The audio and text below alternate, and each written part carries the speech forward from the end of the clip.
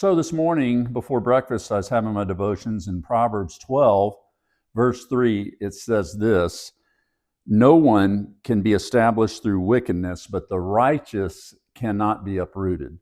And I was pondering that as I went to breakfast. When I came back, there was a light mist outside, and I looked down because we've been gone 2 weeks, and I see these trees that we feel like we're constantly battling. It looks like this.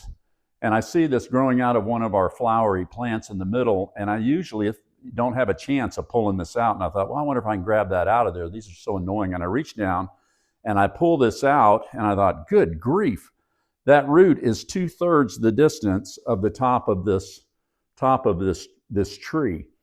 And when I pulled it out, a lot of times what came to my heart is this is how righteousness is.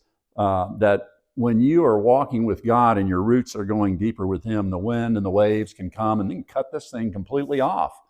But you have a righteous root that stays and bears fruit forever.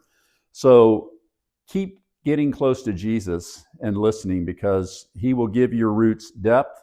And when the enemy comes and the storms come, they cannot take you away. And I have one more thought.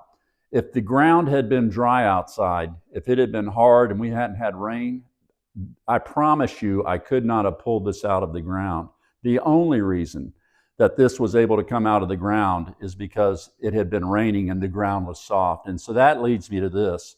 If you have roots of unrighteousness that needs to come out, when the Holy Spirit softens your heart, that's the time to pull out the root. Because if you try to solve sin and bad things by trimming this thing off, guess what? You also have a root of unrighteousness. Works the other way too.